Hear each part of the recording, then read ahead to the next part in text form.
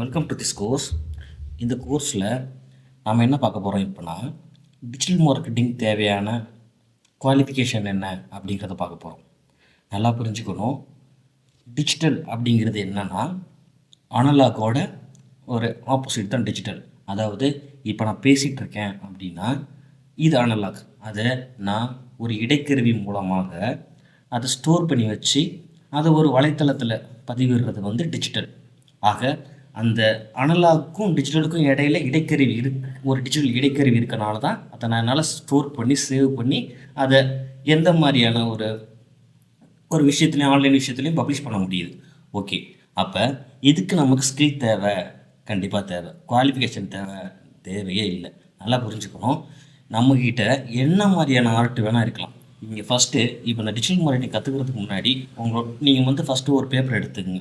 Paper எடுத்துக்கிட்டு நீங்கள் சின்ன வயசுலேருந்து ஒரு சின்ன சின்ன காம்படிஷன்லாம் அட்டன் பண்ணியிருப்பீங்க, ஒரு இடத்துல பேச்சு போட்டியில் பங்கேற்றிருப்பீங்க, பின்ன ஓடி இருப்பீங்க, வாலிபால் நல்லா விளாண்டுருப்பீங்க, டான்ஸ் ஆடிருப்பீங்க, நல்லா ட்ராயிங் பண்ணுவீங்க, இல்லை நல்லா ஒரு கதை சொல்ல தெரியும், எனக்கு ஒரு நல்லா பொய் கூட சூப்பராக அழகாக சொல்லுவேன். ஓகே, என்ன ஒரு ஸ்கில்லாக இருக்கட்டும், இல்லை நான் சமைப்பேன் நல்லா, இல்லை என்ன ஸ்கில்லாக வேணால் இருக்கலாம். அதை வந்து நம்ம ஒரு இடைக்கருவி, அதாவது அந்த டிஜிட்டல் பயன்படுத்தி அதை இந்த உலக மக்களுக்கு சொல்லிக் கொடுக்க போகிறோம். இந்த இடத்துல நம்ம பெரிய எக்ஸ்பர்ட்டாக இருக்கணும் அப்படின்னா இங்கே யாருமே எக்ஸ்பர்ட்டு கிடையாது. நம்ம சொல்லிக் கொடுக்குற ஒரு ஆடியன்ஸ்க்கு அவங்கள விட நம்ம ஒரு படி ஏதோ அவங்களுக்கு தெரியாத விஷயத்தை தெரிஞ்சுக்கிட்டால் போதும். ஸோ இதுக்கு ஸ்கில்லுங்கிறது தேவையே கிடையாது. ஸ்கில் தேவை, குவாலிஃபிகேஷனுங்கிறது தேவை கிடையாது. ஆக நான் கற்றுக்கிட்ட விஷயத்தை நான் உங்கள்கிட்ட எப்படின்னா ஒரு ஒரு ஒரு பாமர மக்களுக்கும் புரிஞ்சுக்கிற மாதிரி தான் நான் சொல்ல போகிறேன். ஓகே தானே? நான் படித்தேன். அது வந்து ஓகே 2000 அந்த சம்திங் 2019 அந்த மாதிரி அப்போ உள்ள கோர்ஸ் நான் இப்போ படித்தேன்.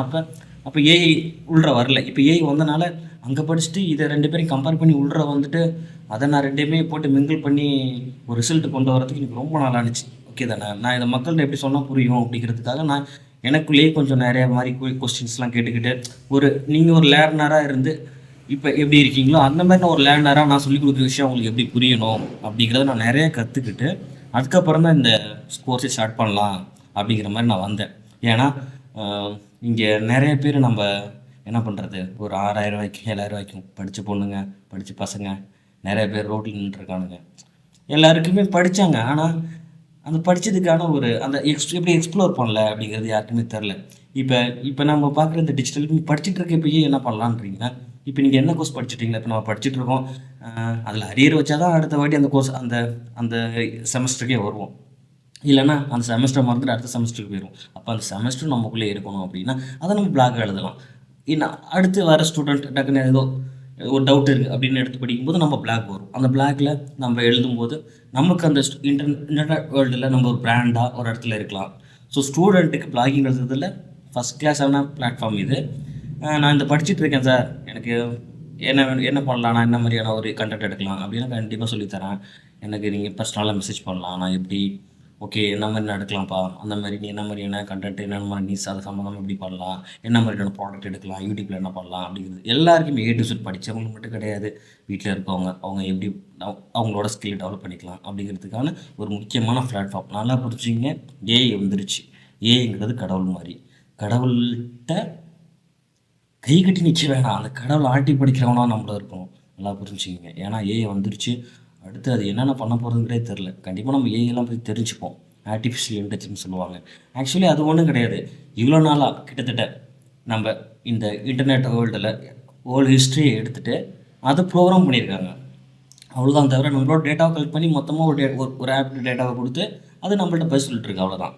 மற்றபடி ஏஐ பற்றி பயந்துட வேணாம். நெக்ஸ்ட்டு என்னென்னா, நமக்கு தேவையானது என்னென்ன அப்படின்னா கண்டிப்பாக ஒரு யூடியூப் சேனல் வேணும். அதுக்கு நான் எப்படி அது ஓப்பன் பண்ணுறது ஈஸி தான். எல்லாருமே யூடியூப் சேனல் ஓப்பன் பண்ணிடலாம். அதில் எப்படி நம்ம வீடியோ போடுறதாக்கு அதெல்லாம் நான் சொல்லித்தரேன். அப்புறம் ஃபியூச்சரில் சொல்கிறேன். அது கோர்ஸில் வந்துடும். முக்கியமாக ஒரு ஃபேஸ்புக் அக்கௌண்ட் வேணும். அதில் அப்புறம் இன்ஸ்டாகிராம், அது எல்லாமே நம்ம முக்கியமாக என்ன பார்க்க போகிறோன்னா Facebook page, Instagram page open பண்ண போகிறோம்.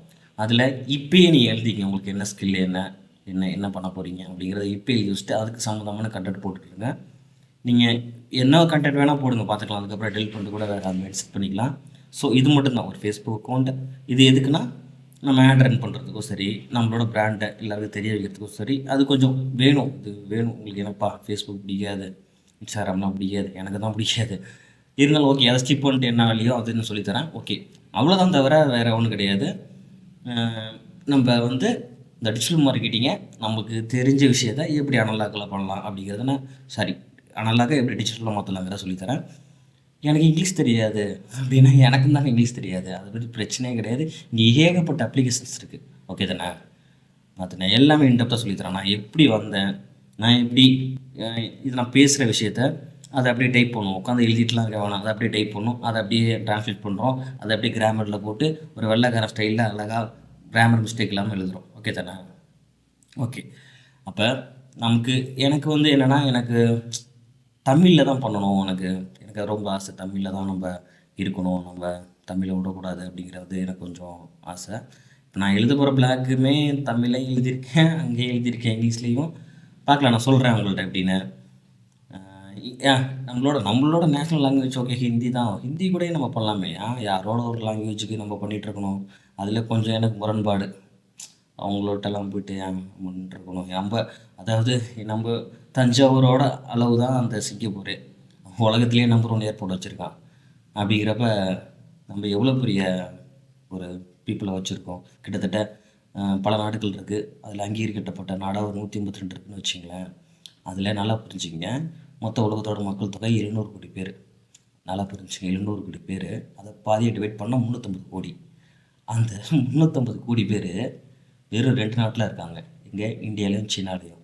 மிச்சம் 180 நாட்டில், நம்ம 2 நாட்டில் வாழ்கிற மக்கள் உலகமெங்கும் 180 நாட்டில் பரவி இருக்காங்க. அப்போ இங்கே பெரும் முதலாளிகள், நிறுவனர்கள்லாம் என்ன பண்ணுறாங்கன்னா, சைனாக்குள்ளே போக முடியல. ஏன்னா அவன் முட்டைக்கோசுக்கே ஆர்டிஃபிஷியலாக செய்வான்ல, உங்களுக்கு தெரியும், எல்லா வீடியோலாம் பார்த்துருப்பீங்க. அப்போ அவன் டார்கெட் பண்ணுறது எப்போ டார்கெட் பண்ணிட்டான்? 2010 டார்கெட் பண்ணிட்டான். நம்ம அடிக்க வேண்டியது இந்தியாவை தான். ஓகே, நம்மளையும் அடிக்கணும். அப்போ 142 கோடி மக்கள் இருக்க இந்த நாட்டில், உலகம் ஃபுல்லாக இருக்கான் அந்த 180 நாட்டில். அப்போ அவன் ஒவ்வொரு நாடாக போயிட்டு அங்கே உள்ளவங்கள மைண்டஸ் பண்ணி கடல் வழியாக போய் அவன் போயிட்டு அங்கே ஏற்றுமதி பண்ணி இறக்குமதி பண்ணி அதுக்குள்ளே அவன் போட்ட முதலீடெல்லாம் இழந்துருவான். அப்போ அவன் ஒரு நாடாக டார்கெட் பண்ணுறான். அங்கே 180 நாட்டில் உள்ள பாதி மக்கள் தொகை அந்த நாட்டில் இருக்குது. அப்போ கொஞ்சம் கொஞ்சமாக அடிக்கிறான். கொஞ்சம் கொஞ்சமாக ஐஸ்வர்யாய்க்கு உலகலை பட்டம் கொடுக்குறாங்க, மஞ்சளை மறைக்கிறாங்க, மஞ்சளை ஏற்றுமதி செஞ்சிட்ருக்காங்க. மஞ்சள்னால் என்னென்னே தெரியாமல் இருக்கும். காஸ்மெட்டிக் உள்ள வந்துடுச்சு. அதுக்கப்புறம் அமேசான் போன்ற இடத்துலலாம் வெளிநாட்டு முதலாளிகள் தான் வந்து இங்கே இருக்காங்க. இப்போ நீங்கள் திருப்பூரில் கூட பார்க்கலாம், பெரிய பெரிய கம்பெனி வச்சுருக்காங்க. அதெல்லாம் அவனோட கிடையாது. நேராக வந்து 3000 கோடி பணம் கொடுப்பான். எப்பா எனக்கு இது மாதிரிலாம் வேணும் அப்படின்னு சொல்லிட்டு போயிடுவான். நம்ம முதற்கொண்டு அவங்கள தான் செஞ்சிட்ருக்கோம். ஓகே தானே? இது உலக அரசியல். நான் இன்டெப்த்தாக சொல்கிறேன். இது உங்களுக்கு பேசிக்ஸ்லேயே சொல்கிறது கொஞ்சம் இதுதான். ஓவராலாக சொல்கிறேன். நம்ம என்ன பண்ண போகிறோம், இது பண்ண போகிறோங்கிறத சொல்கிறேன். நம்ம டிஜிட்டலில் எப்படி வித்தியாசமாக பண்ண போகிறோம். ஓகே தானே? 10ஓட போகிறோன்னா இருக்கக்கூடாது நம்ம. ஸோ நம்ம என்ன பண்ண போகிறோன்னா, நீங்கள் தமிழ்நாடு ஃபுல்லாக பரவிருக்கீங்க. அப்போ உங்கள் நியர்பை என்ன இருக்குது? இப்போ நம்ம ஒரு ஊக்கம் ஸ்டோர், அதாவது அமேசான் மாதிரி ஒரு ஸ்டோர் கிரியேட் பண்ண போகிறோம். அது எல்லாருக்கும் எப்படி கிரியேட் பண்ணுறதுன்னு சொல்லி கொடுத்துருவேன். அப்போ என்ன பண்ண போகிறேன்னா, இப்போ நான் திருச்சியில் இருக்கேன் அப்படின்னு வச்சுங்களேன். திருச்சியில் உங்கள் வீட்டு பக்கத்தில் ஏதோ அங்கே ஒரு நல்ல ஃபேமஸான பொருள் கிடைக்கும். மாஸ்டர், என் வீட்டு பக்கத்தில் இந்த ஒரு பொருள் இருக்குது, அப்பா எவ்வளோப்பா? அதோட அந்த ஹோல்சேல் ரேட்டுக்கு நம்ம கேட்டுட்டு என்ன பண்ணிடுறீங்க, எனக்கோ இல்லை நம்மளோட ஒரு காமனான நம்மளோட வாட்ஸ்அப் குரூப்புக்கோ நீங்கள் அனுப்பிடலாம். அனுப்பினோன்னா அதை நம்மளோட ஸ்டூடெண்ட்ஸ் எல்லாருமே அந்த 100 வெப்சைட்டில் ப்ளேஸ் பண்ணிடுவாங்க. அது ஒரு வேளை ரன் ஆகல, அதுக்கு நம்ம ஹெச்டி கான்டென்ட் கண்டிப்பாக எழுதுகிறோம்.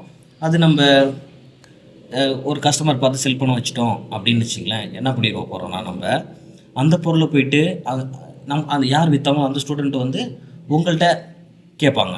கேட்டோன்னே என்ன பண்ணிடுவாங்க, அவங்களுக்கு அமௌண்ட் வந்துடும். அந்த அமௌண்ட்டை உங்களுக்கு அனுப்பி விட்ருவாங்க. நீங்கள் என்ன பண்ணுறீங்கன்னா, உங்களுக்கு யார் அமௌண்ட் அனுப்பிவிட்டாலோ அந்த பேர்லேருந்து அந்த கஸ்டமருக்கு நீங்கள் அனுப்பி விட்றீங்க. அப்போ இவங்க தான் உங்களுக்கு அந்த பொருளை கொடுத்த மாதிரி இருக்கும்.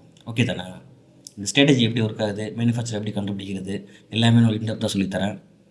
தேங்க்யூ.